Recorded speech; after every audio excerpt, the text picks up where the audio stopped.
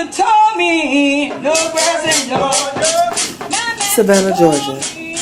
Established in the early 1730s as the original Georgia colony, can be accredited to General James Oglethorpe. This beautiful subtropical grassy plain played a major part in slave trading because of its ideal location on the coast, home of many legendary African Americans, including W.W. Law, Ralph Mark Gilbert, Amelia Robinson, and Susie King Taylor, just to name a few. It's obvious that African Americans have greatly influenced Savannah. Just like the rest of the country, the African Americans have had a profound influence on Savannah, as I said, as well as the country.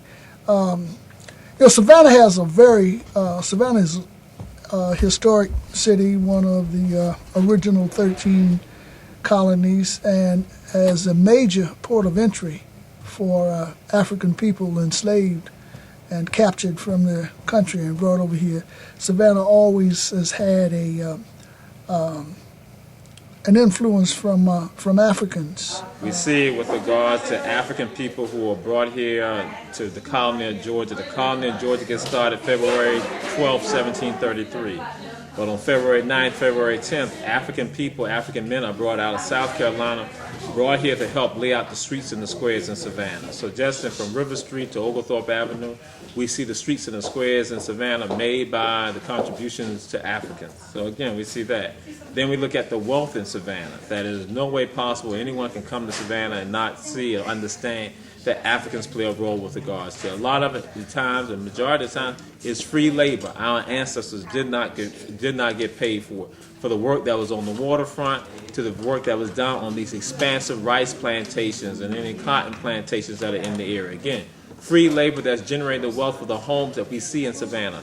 The cotton factors, such as Andrew Lowe and all of them, that people know about, but then no one goes to talk about the business that they were engaging in involved African labor. Just one thing I'm going to tell people, in 1 year alone in Savannah, in 1862, the sale of Africans in Savannah, just in 1862, brought in over $2 million between attorneys, banks, brokers, and notaries. So again, not going to tell people, I'm saying $2 million, 1862. That's wealth that's being generated, and that's not even talking about the other things that are going on.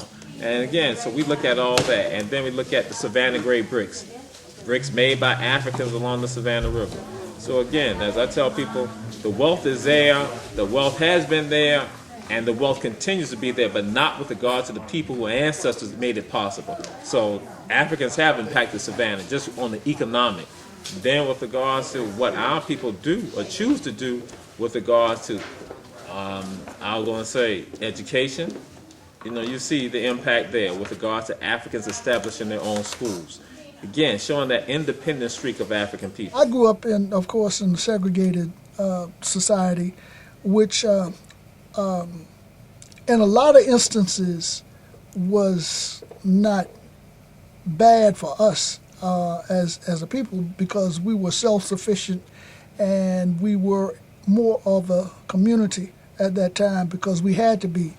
In our schools, we had the best and the brightest teachers because the best and the brightest weren't afforded many other opportunities to have a career, unless you were a doctor or lawyer, and then everybody couldn't do that. So a lot of the really smart and energetic people went into teaching. And we as young students were the beneficiaries of that phenomena. I remember a survey that was done by the local paper when I think I was in high school, and they did a survey on teachers, public school teachers, and the percentage that had master's degrees. And at that time, it was almost 2-to-1 African American teachers with master's degrees to white teachers with master's degrees. So that really enhanced our educations, because even though our teachers had to teach us out of the textbooks that we had, a lot of them taught outside of the textbook and taught us a lot of things that were not in the some of the textbooks were really, I mean, if you would have seen them, I mean, their depictions of slavery was always of the happy, dancing, skinning and grinning African, and which was truly not the case. But, so we had that, but more than anything, we had a sense of community. And economically, a lot of our money stayed in our community because we had black businesses and theaters, and even though the theaters at that time I was coming up, theaters were not owned by African Americans, but they were all of the people who worked there were African Americans. They had outside ownership. Not. When we look at just one part of Savannah, West Broad Street. West Broad Street was the heart, and I should say Currytown. That part of West Broad Street, as I tell folks, that was the heart of economics in Savannah. Currytown. You had banks in that area. You had a pharmacy where you had over 4 locations for the pharmacy. That you had restaurants, you had jazz clubs, nightclubs, you had, they said, the finest dress shop in the city of Savannah. All that is located on West Broad Street. As a matter of fact, when I spoke about, growing up in that segregation, in the segregation era, in the segregated society, that we were forced to keep our monies, because actually the people didn't want our money. So they were so stupid that they didn't realize that they could make money by accepting, our money. So we had to have our own businesses. So we were forced to keep it in. But as soon as they said that the laws changed, you can go spend your money with white people, that's where we went.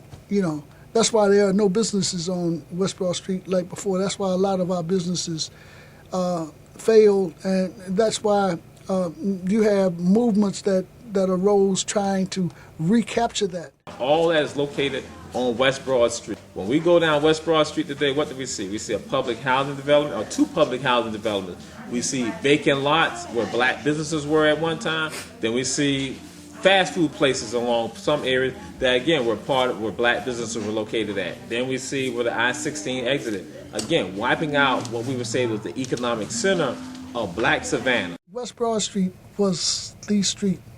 It had the Dunbar Hotel, where most visiting musicians and people who came in and shows would stay in the Dunbar Hotel.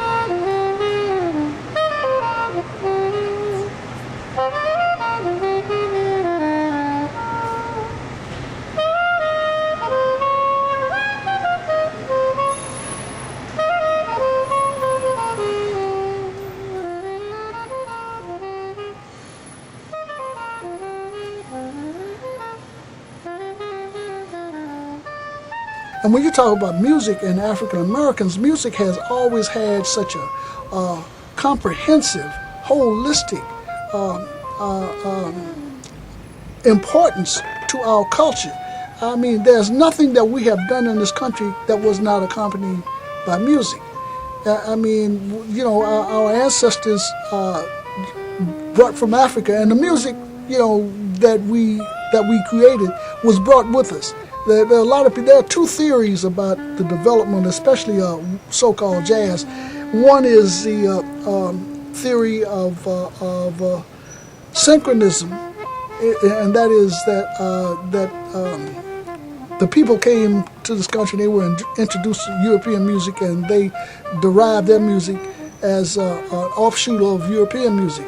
And then there is a theory of survivalism that I believe in wholeheartedly, and that is that we brought the music with us, and is what James Samuel Fleming calls in his book, The Power of Black Music, cultural memory. It's a main slave century, where they imported and exported slaves at. They had slave quarters down there. I remember when these buildings were dungeons.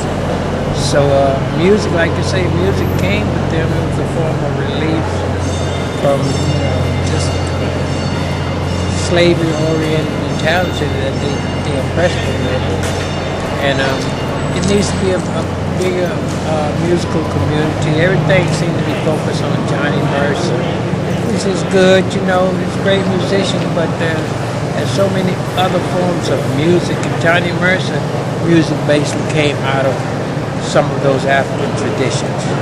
If you're playing any form of music that has jazz oriented, gospel oriented, blues oriented, well, you know, it's connected way back to slave, you know, in the fields singing.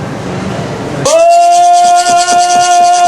East, where is Adam? Oh, East, Adam in the garden picking up leaf. God called Adam. God called